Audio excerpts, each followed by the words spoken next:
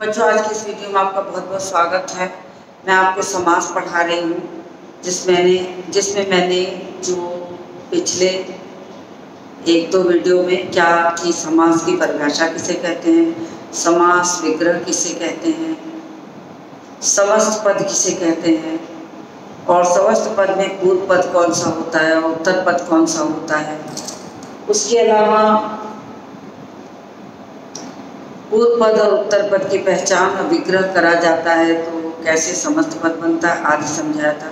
उसके बाद मैंने आपको समास के भेद शुरू किए हैं, जिसमें मैंने तत्पुरुष समास के भेदों को आपको करा रही हूँ।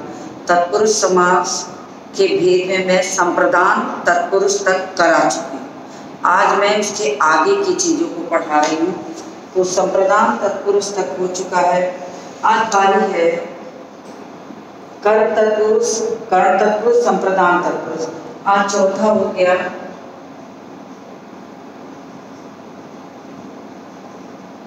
अपादान तत्पुरुष। अब देखिए, अपादान का चिन्ह होता है से, लेकिन अलगाव का। तो से का मतलब जहां अलग होता हो। मैंने आपको कर्ण का तत्पुरुष जब पढ़ाया था तो मैंने आपको समझाया था कि कर्ण तत्पुरुष कहते हैं कि जैसे मोहन कलम से पत्र लिखता है, तो कलम से पत्र लिखता है, कलम और हाथ का उसका जुड़ाव है पत्र लिखने का, तो उसको कर्ण कारक कहते हैं। लेकिन कहते हैं पेड़ से पत्ते गिरते हैं तो पत्ते पेड़ से अलग हो जा रहे हैं, तो इसको हम अपादान कारक कहें। जहाँ दोनों के बीच का संबंध विच्छेद हो जाता है वहाँ हम अपादान कारक कहते हैं। तो इसकी परिभाषा पहले लिख देती हूँ। जिस समास के पूर्व पद और उत्तर पद के मध्य से चिन्ह से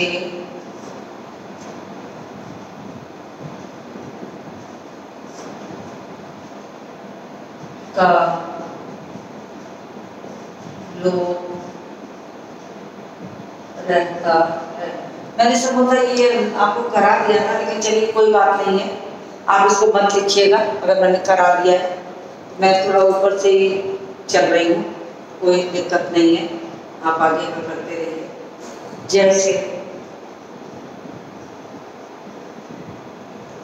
जैसे मैं गाड़ी लिखती हूँ, आप भी लिखिए।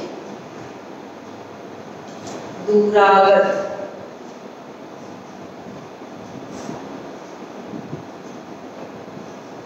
दूर से आया हुआ, आगत आया हुआ। दूसरा शब्द लिखिए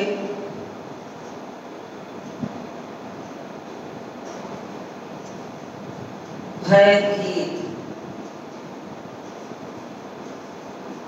भय से भीत, भीत मतलब डरा। तीसरा शब्द है धनहीन, धन से हीन। चौथा शब्द है पथभ्रष्ट,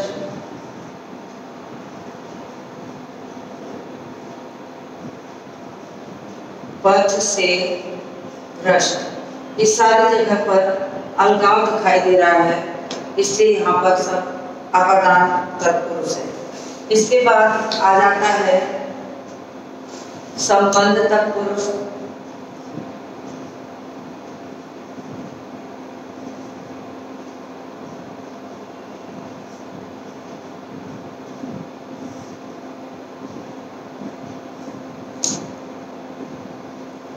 संबंध तत्पुरुष में क्या होता है, जिस समास के पूर्व पद और उत्तर पद के मध्य से संबंध सूचक जिस समास के पूर्व पद और उत्तर पद के मध्य से संबंधवाचक चिन्ह का के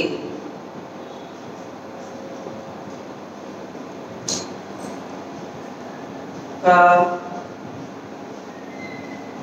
लोप रहता है उसे संबंधवाचक तत्पुरुष समास कहते हैं। तो मैंने ऑफलाइन में आपको पढ़ाया, इसलिए मुझे ऐसा लगा कि मैंने इसको करा दिया है। चलिए कोई बात नहीं है, कराया होगा तो कोई बात नहीं है। राजा का दूध मुझे याद आ रहा, मैंने कराया था। राजदूत, राजा का दूध। तो बहुत विस्तार में नहीं जाती, तो दो उदाहरण लिख देती हूँ। देव पुरुष,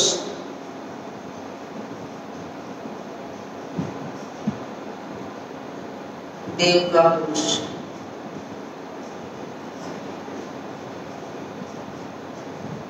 चलिए इसमें शॉर्ट ले लीजिए, अगर आपका किया हुआ होगा तो भी ठीक है। फिर मैं अधिकरण तत्पुरुष पर आ जाती हूँ। संभवतः आपने इसमें शॉर्ट ले लिया होगा इसका, तो मैं इसको रब कर देती हूँ और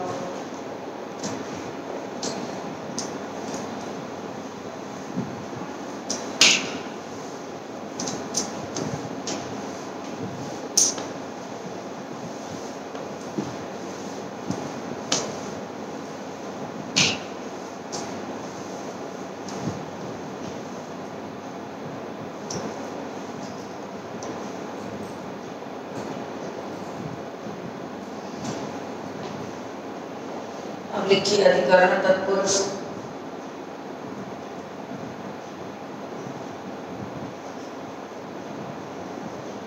अधिकरण का चिन्ह होता है में और पर। अधिकरण तत्पुरुष। जैसे सभी की परिभाषा बनी है, ठीक वैसे ही इसकी भी परिभाषा होगी कि में और पर इसका जो चिन्ह होता है, बस उसी के आधार पर इसकी परिभाषा भी होगी कि जिस समास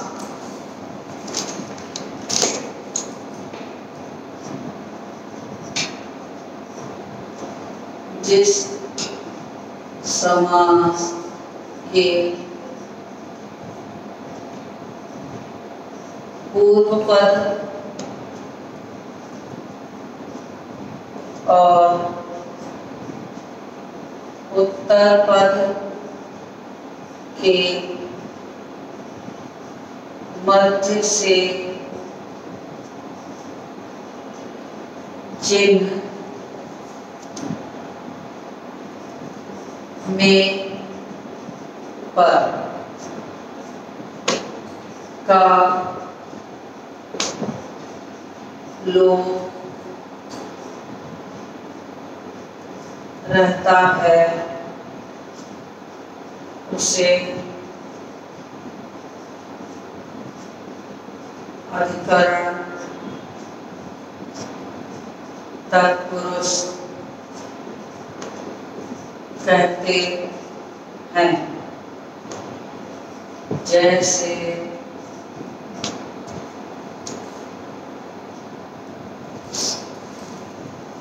जैसे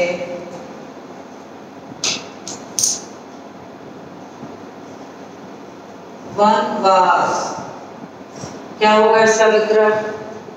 वन में वास, वन में वास। दूसरा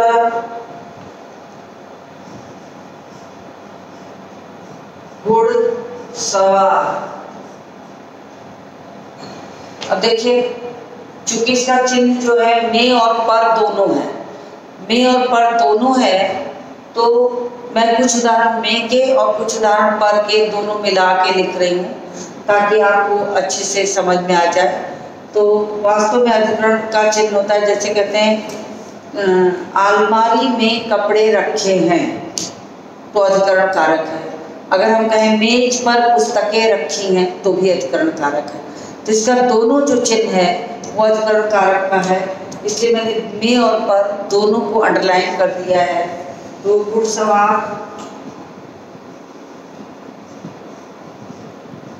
घोड़े पर सवार। तीसरा,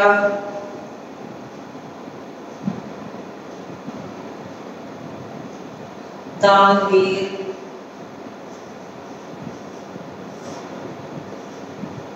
दान में वीर। चौथा,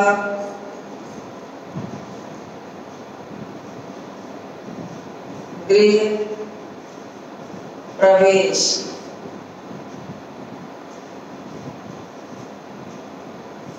गृह में प्रवेश। चलिए, 4 उदाहरण मैंने लिख दिए हैं, स्क्रीनशॉट ले लीजिए इसका।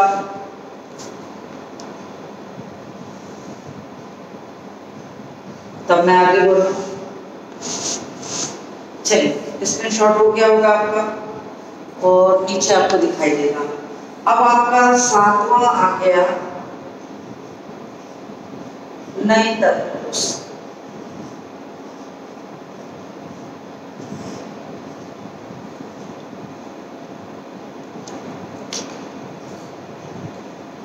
अब नए तत्पुरुष जो होता है, देखिए अभी तक आपने इसका सारा इतना सारा पढ़ा, तो सारे में तो कारक चिन्हों के दोनों पदों के मध्य से कारक चिन्ह लोप होता था, लेकिन नए तत्पुरुष में जो होता है पूर्व पद नकारात्मक होता है। नकारात्मक का मतलब निगेटिव, मतलब कि जो शब्द है वो आपको नेगेटिव सेंस देता हो। निगेटिव भाव उसके, जब उसका अर्थ आप अलग करेंगे या उसका आप विग्रह करेंगे, तो उसका अर्थ और विग्रह करते समय जो उसका भाव निकलता है वो निगेटिव होता है। तो ये नए तत्पुरुष का हमेशा याद रखने लायक होता है कि नए तत्पुरुष जो है उसका पूर्व पद नकारात्मक होता है। नकारात्मक का मतलब होता है निगेटिव। नकारात्मक बहुत सारे बच्चे नहीं समझेंगे, इसलिए मैं उसको निगेटिव कह रही हूँ कि पहला पूर्व पद निगेटिव होता है, तो उससे उसका अर्थ जो होता है निगेटिव सेंस देता है, निगेटिव भाव को देता है। तो नए तत्पुरुष का पूर्व पद नकारात्मक होता है।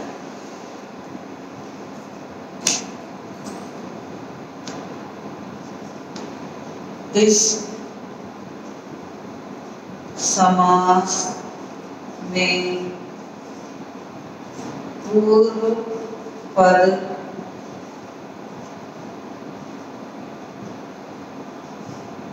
नकारात्मक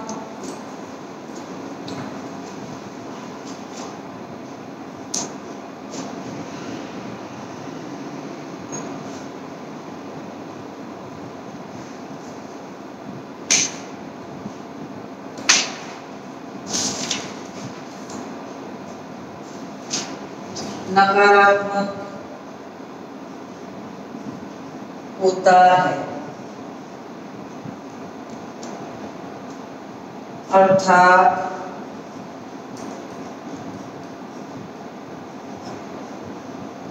उत्तर पद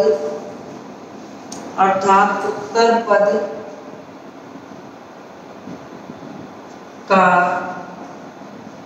नकारात्मक भाव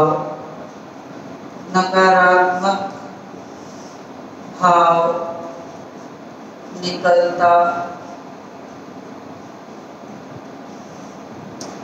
है। जैसे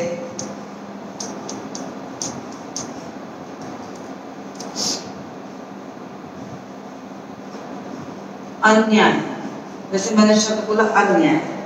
अब अन्याय शब्द का अर्थ क्या होगा? ना न्याय। यानी इसका पूर्व पद क्या है? पूर्व पद अ है और उत्तर पद न्याय है। पूर्व पद न, पूर्व पद है और न्याय क्या है? उत्तर पद है। अभी पूर्व पद जो है निगेटिव दे रहा है उत्तर पद का। उत्तर पद के लिए ये पूर्व पद जो है निगेटिव भाव दे रहा, नकारात्मक भाव दे रहा, ना न्याय। तो इसको इसीलिए मैंने लिख के अलग से समझा दिया आपको कि कैसे निगेटिव भाव दिया, तो उसको आप न अन्याय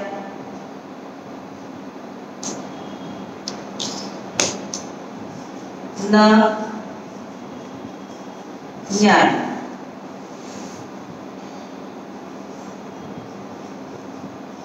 अजर न जर, जर मतलब होता है बुढ़ापा।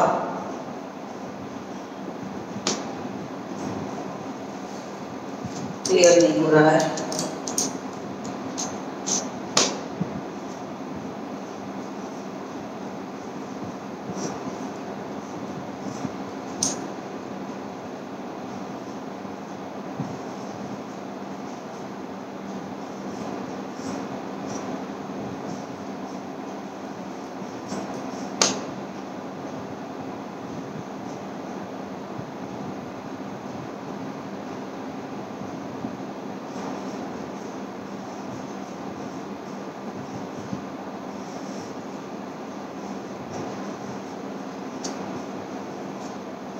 देखिए इतने शब्द मैंने लिख दिए, आपको दिख रहा है, मुझे उम्मीद है दिख रहा होगा आपको। तो आप इसका स्क्रीनशॉट ले लीजिए और स्क्रीनशॉट के साथ तत्पुरुष समास के जो भेद थे वो यहाँ पूरे हो गए। स्क्रीनशॉट लीजिए, मैं बिल्कुल किनारे हूँ।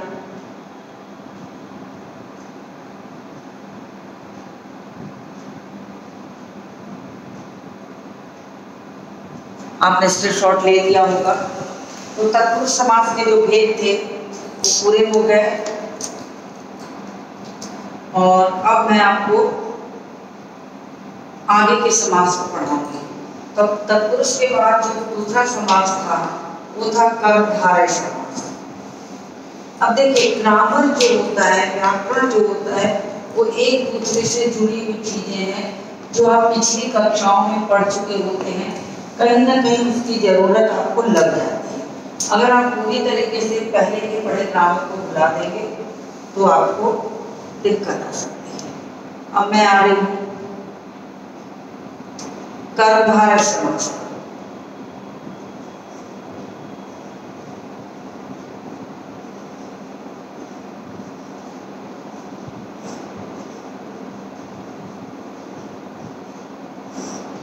कर्मधारय समास। अब देखिए कर्मधारय समास पढ़ाने से पहले मैं आपसे छोटे छोटे सवाल करके कुछ चीजें आपको बताना चाहूंगी। सबसे पहले कि अगर आप कर्मधारय समास में विशेषण और विशेष्य नहीं पहचानते हैं तो दिक्कत होगी। तो मैं थोड़ा सा आपको पुनरावृत्ति करा दूं कि विशेषण क्या है। विशेषण यानी कि संज्ञा और सर्वनाम की विशेषता बताने वाले शब्दों को विशेषण कहते हैं। तो अब विशेषण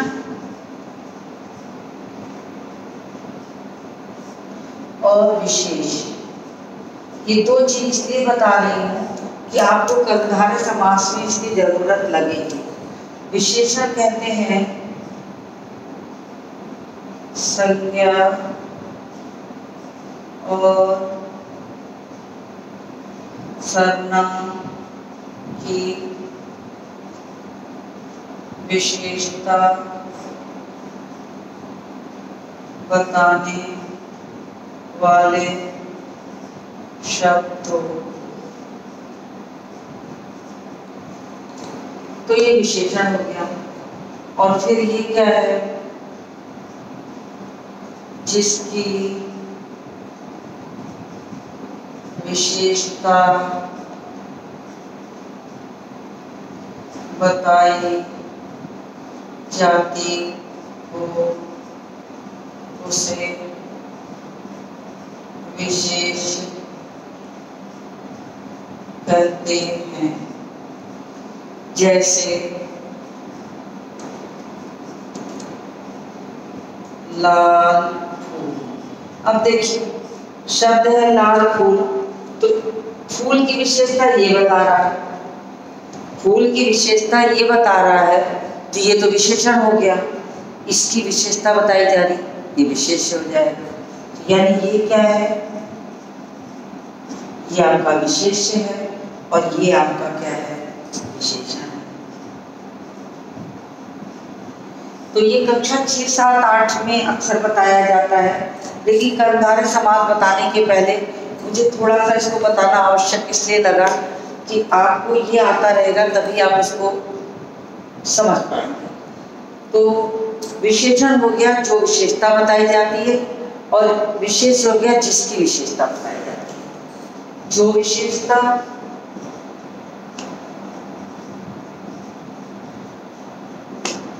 और जिसकी विशेषता,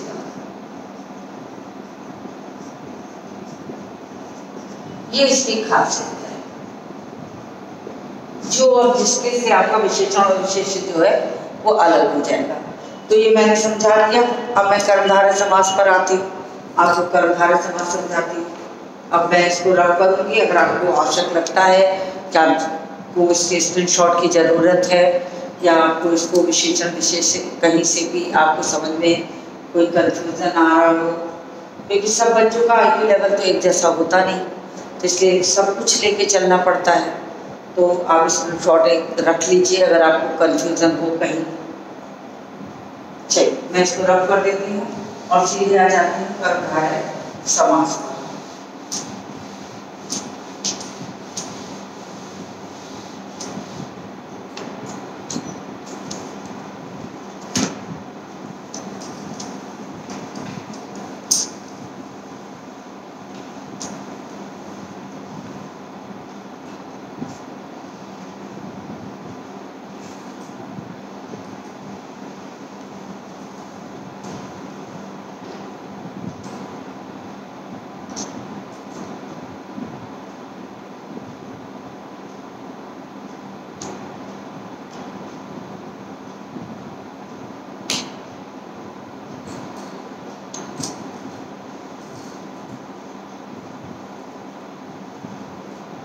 कर्मधारय समास जिस, पहले मैं परिभाषा लिख लेती हूँ, फिर आपको परिभाषा के आधार पर आपको समझाती हूँ। जिस समास का पूर्व पद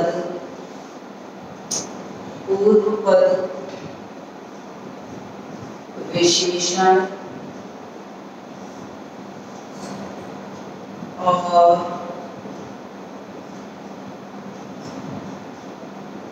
उत्तर पद विशेष होता है उसे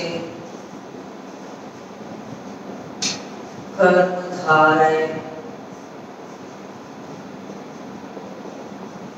समास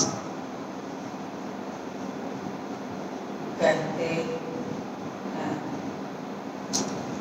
देखिए, चूंकि मुझे आपको यही समझाना था कि कर्मधारय समास का पूर्व पद विशेषण होता है। अगर अब इसमें किसी भी बच्चे को विशेषण ही ना पता हो तो वो कर्मधारय समास कैसे समझ सकता है। इसके लिए मुझे आपको पीछे जो मैंने आपको विशेषण और विशेष्य समझाया उसके पीछे का कारण यही परिभाषा थी, जिस परिभाषा के माध्यम से मैं आपको ये बताना चाहती थी कि कर्मधारय समास का पूर्व पद विशेषण होता है और उत्तर पद विशेष्य। अब जब बच्चे को विशेषण और विशेष्य नहीं पता है तो कर्मधारय समास तो नहीं समझ पाएगा। इसलिए मैंने आपको पहले विशेषण और विशेष्य बताया, अलग से आपने स्क्रीनशॉट लिया होगा तो आपको वो अच्छी तरीके से समझ में आया होगा, नहीं आया होगा तो आप पीछे पलट कर देख सकते हैं, देख लीजिएगा तो आपको समझ में आ जाएगा। तो इसीलिए इसकी परिभाषा कहती है कि जिस समास का पूर्व पद विशेषण और उत्तर पद विशेष्य होता है उसे कर्मधारय समास कहते हैं। अब कर्मधारय समास का विग्रह करने के लिए एक खास शब्द के माध्यम से ही विग्रह किया जाता है। अभी तक तो आपने तत्पुरुष समास पढ़ा। अब तत्पुरुष समास में तो जो चिन्ह होते थे वो पूर्व पद और उत्तर पद के मध्य से लुप्त रहते थे, तो सीधे सीधे धनहीन धन से ही, ग्रामगत ग्राम को गया, तो जो उसका अर्थ निकलता था उसी से तत्पुरुष समास आप पकड़ लेते थे। अब यहाँ पर इसके अर्थ से विग्रह करते समय एक खास भाषा का प्रयोग किया जाता है। वो होता है, जैसे मैं लिखती हूँ, पहले लिख दूँ, जैसे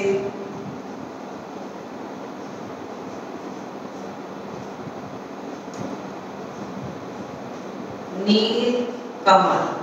अब आपको नील कमल दिया गया है तो इसका देखिए पूर्व पद आपका क्या है, विशेषण है, और उत्तर पद क्या है, विशेष्य है। तो ये है तो कर्मधारय समास, लेकिन विग्रह करते समय आपको इसके लिए कैसे विग्रह में क्या लिखना है, तो इसका विग्रह लिखा जाता है नीला है जो कमल।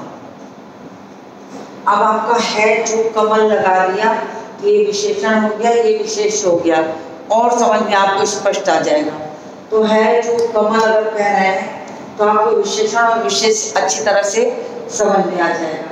लेकिन आपको ये ध्यान में रखना होगा कि हमेशा कर्मधारय समास का विग्रह के लिए आप इसी शब्द का, इसी वाक्यांश का प्रयोग करेंगे, दूसरे किसी वाक्यांश के माध्यम से इसको आप विग्रह करके नहीं लिखेंगे।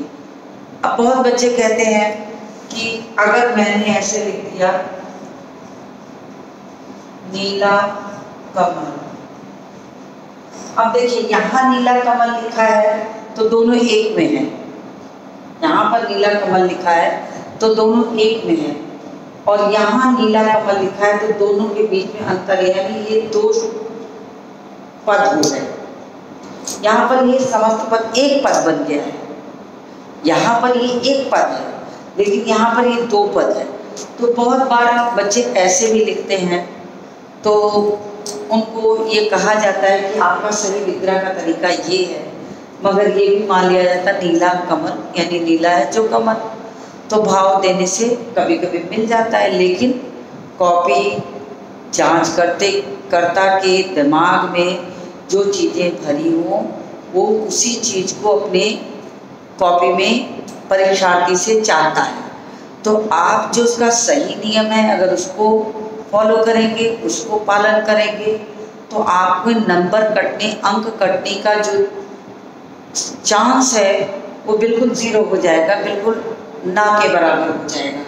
तो आप इसलिए इसका नियम बनाइए कि आप ऐसे ना लिख करके इसका विग्रह लिखेंगे नीला है जो कमल। ठीक है, अब मैं कुछ शब्द और लिखती हूँ, आप भी विग्रह करिए साथ साथ। अच्छा एक चीज और बता दूं, जैसे दूसरा शब्द लिखो चरण कमल। अब इसका आप चाहे ना तो चूंकि ये दोनों विशेषण और विशेष में समानता आती है, समानता का भाव रहता है, इसलिए इसमें रूपी शब्द भी लगाया जा सकता है। अगर हम इसको चाहें तो लिख सकते हैं चरण रूपी कमल, या लिख सकते हैं चरण है जो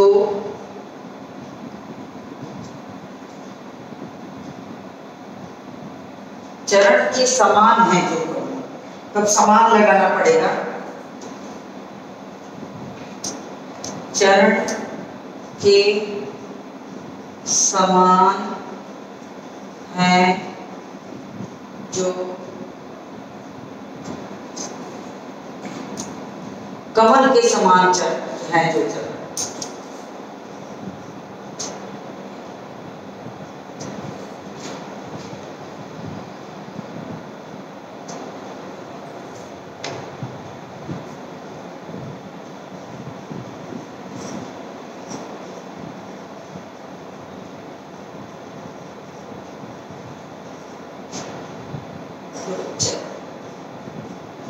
यानी कि ये समानता सूचक है, इसलिए कभी कभी इसमें रूपी लगाकर भी विग्रह होता है।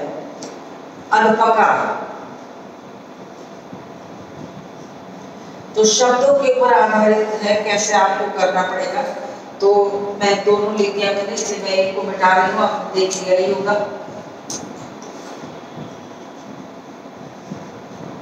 आधा है जो पक्का। एक और शब्द लिख देती हूँ, महापुरुष।